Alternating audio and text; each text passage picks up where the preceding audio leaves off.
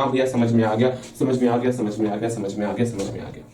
तो यहाँ पर देख रहे हैं साइन एक्स है, हम सिखा दिए, cos x है हम सिखा दिए, सब जगह कंटिन्यूस होता है, बस यही काम करना। फिर उसके बाद सीखो, अगर कोई दो फंक्शन आपको दिया हुआ है, जैसे कि हम बोल दिए, सुनिए ना, हम आपको जो है ना एक फंक्शन दे रहे हैं f(x) equal to sin x plus cos x, यह फंक्शन आपको दे रहे हैं। जब ये फंक्शन आपको दिए, मान लो ये कोई फंक्शन है जिसको हम लोग px बोल रहे हैं, ये कोई फंक्शन है जिसको हम लोग qx बोल रहे हैं, ठीक है।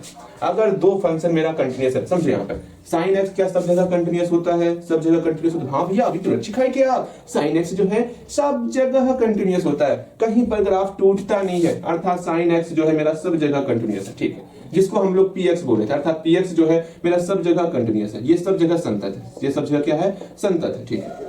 क्या qx मेरा सब जगह संतत है, भैया अभी आप सिखाए हैं qx जो है ना सब जगह संतत होता है, अच्छी बात है, अर्थात qx भी मेरा सब जगह संतत है, सब जगह संतत है। अगर दो फलन संतत हो तो दोनों को अगर जोड़ेंगे या फिर घटाएंगे या फिर गुना करेंगे या फिर भाग करेंगे, इसमें कुछ कंडीशन है, तो ये सब जगह आपका कंटिन्यूअस होगा। भैया इसमें कंडीशन है, मतलब बताएंगे, मतलब जोड़ घटा गुना में हमेशा ये कंटिन्यूअस होता है, ठीक है, समझ। अर्थात अगर हम px प्लस qx करें तो भी ये मेरा कंटिन्यूअस होगा, अगर px माइनस qx करें तो भी ये मेरा क्या होगा, कंटिन्यूअस होगा, हाँ भैया संतत होगा। अगर px गुना qx करे तो भी ये मेरा क्या होगा, कंटिन्यूअस अर्थात संतत। अगर भैया सुनिए ना, अगर px बटे qx कर भाग कर दे तो क्या होगा। पहली बात, जब भी भाग का आएगा, हम आपको बचपन से जब आप इतने छोटे थे ना, नहीं ये हाथ नहीं, जब इतने छोटे भैया कितना चलो इतना जब छोटे थे ना आप, हाँ उसी दिन आपको हम सिखाए थे कि जब भी भाग का टर्म आएगा ना तो नीचे वाला टर्म कभी भी जीरो नहीं होना चाहिए, बचपन से सिखाते हुए आ रहे हैं आपको। अर्थात ये qx जो है आपका जीरो नहीं होगा, qx जो है आपका जीरो के बराबर नहीं होगा, अर्थात x का वैल्यू क्या क्या नहीं लेना होगा वो बात की बात है, लेकिन qx मेरा जीरो नहीं होगा। इसको खोपड़िया में सेट कर लो, ठीक। चलिए मेरी बातें समझ में आ गई, ये चीज हमेशा ध्यान में रखना है, ठीक है, ये आपको हमेशा ध्यान में रखना है। अगर दो फलन संतत दिया हुआ है तो दोनों का जोड़, दोनों का घटाव, दोनों का गुना, ये आपका संतत होगा। लिखना है कि आपको इसको लिख सकते हो, ठीक है। यदि दो फलन संतत है तो दोनों फलन का जोड़, दोनों फलन का घटाव, दोनों फलन का गुना और दोनों फलन का भाग, ये आपका संतत होगा।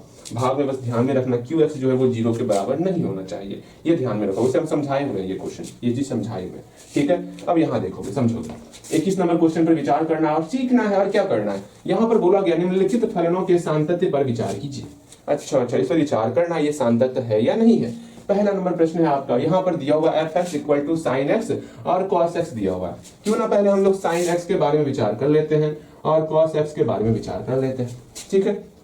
हम लोग लिखते हैं यहाँ पर sin x और cos x को मान लेते हैं px और qx। लेट मान लिए कि हाँ सुनिए ना, px मेरा क्या है, हाँ भैया जी sin x के बराबर। अच्छी बात है, px मेरा sin x के बराबर मान लिए, जो कि संतत है, जो कि संतत है। क्यों संतत है ये, क्यों संतत है, क्योंकि यह त्रिकोणमितीय फलन है, क्योंकि यह हम सीखे हैं ना त्रिकोणमितीय, क्योंकि sin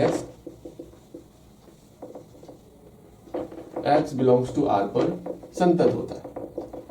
बस इतना है, ठीक है, समझ में आ गया, ठीक है। अगेन फिर मान रहे हैं qx को, मान रहे हैं qx बराबर क्या है, cos x है, यहाँ cos x लिखे, qx को cos x मान लिए, हाँ भैया cos x मान लिए, ठीक है, cos x मान लिए।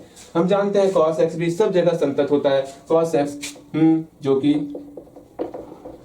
x बिलोंग्स टू R पर संतत होता है, अर्थात ये संतत है, ठीक है।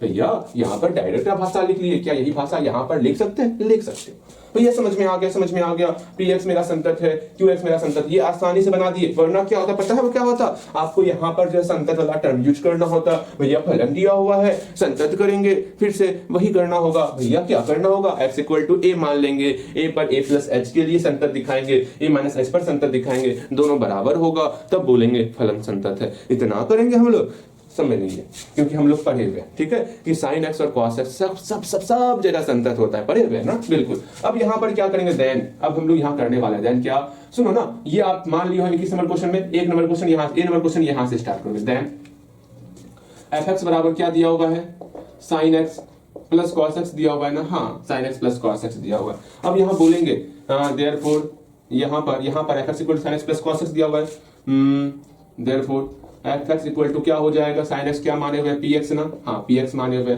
प्लस कॉस एक्स क्या माने क्यू एक्स ना, क्यू एक्स माने हुए, जो कि संतत होगा, जो कि दो फलनों का योग है। यहां नीचे में लिखो हटा, यहां लिखोगे जो कि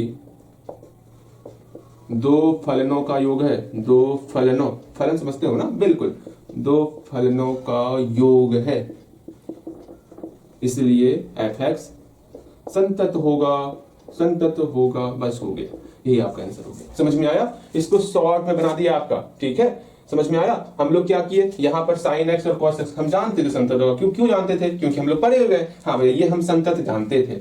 अब इसका जोड़ संतत होएगा कि नहीं होगा, सेम वही करना था भैया, जोड़ ले लिए, साइन एक्स को हम लोग पी एक्स माने थे, कॉस एक्स को हम लोग क्यू एक्स माने थे, हो गया, जो कि दो फलनों का योग है। हम जानते हैं दो फलन का योग क्या होता है, संतत होता है, दो फलन का घटाव क्या होता है, संतत होता है, दो फलन का गुणनफल क्या होता है, संतत होता है। हाँ भैया समझ में आ गया। ये बना के दिखाओगे बी नंबर बना के दिखाओगे तो बी नंबर, जल्दी से हम बी नंबर यही करेंगे, आप बी नंबर बना के दिखाओगे, यहाँ पर माइनस हो गया, यहाँ पर माइनस हो गया, यहाँ पर आप भाषा आप लिख के दिखाओगे, तो भाषा आप लिख के दिखाओ, यहाँ तक पहुंचो जल्दी से, तो यहाँ तक पहुंचो, आपके रुके हुए हैं, यहाँ क्या लिखोगे, जो कि दो फलनों का क्या है, अंतर है या फिर घटाव है, इसलिए एफ एक्स क्या होगा, संतत होगा। जल्दी से बी नंबर बनाइए, बन गया होगा।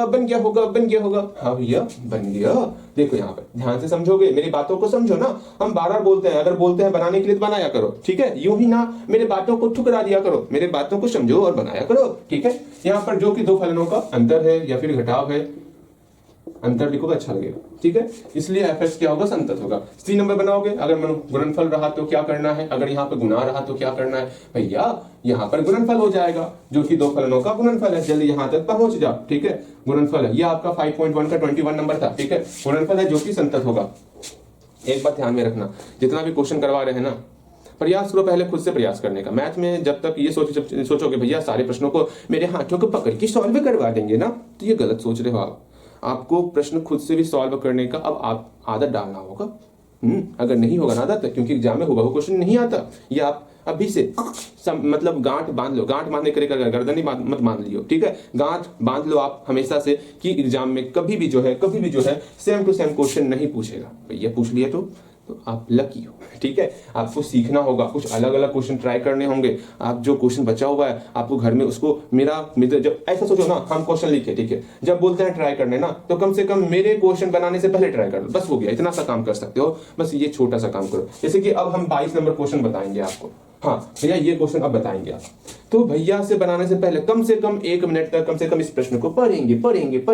अगर बनेगा तो बनाएंगे, जहां तक बनेगा वहां तक बनाएंगे, नहीं बनेगा कम से कम समय तो दे रहे हो आप अपना 1 मिनट का समय अगर यहाँ पर दे दोगे तो वो सबसे बड़ी बात होगी। मैं बार बार कह रहा हूँ, आपके एग्जाम में हुबहू क्वेश्चन नहीं आएगा, जो भी प्रश्न है उसको आपको पहले पढ़ना होगा, समझना होगा, समझोगे तब बनाओगे, ठीक। चलो ये समझ में आ गया।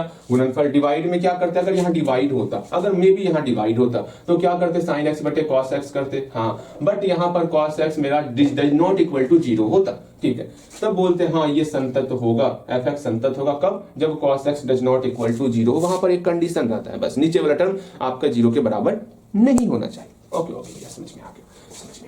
अगेन 22 नंबर क्वेश्चन देखते हैं।